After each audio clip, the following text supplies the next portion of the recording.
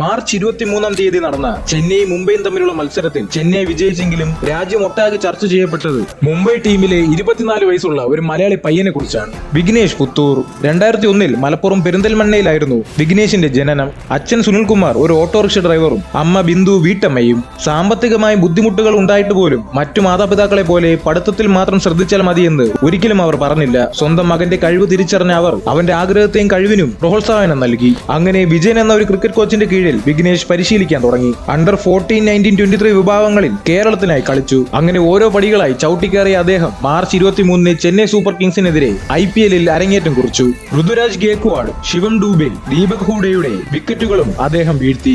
എല്ലാ യുവാക്കൾക്കും അദ്ദേഹം ഒരു പ്രചോദനമാണ്. സ്വപ്നങ്ങൾ ഒരിക്കലും വിട്ടുകൊടുക്കാതെ അതിനുവേണ്ടി പ്രയത്നിക്കാനുള്ള പ്രചോദനം. നിങ്ങൾ എവിടെ ജനിച്ചു എന്നതിൽ കാര്യമില്ല, നിങ്ങൾ എവിടം വരെ എത്തി എന്നതിലാണ് കാര്യം. Follow your dreams. The world is yours.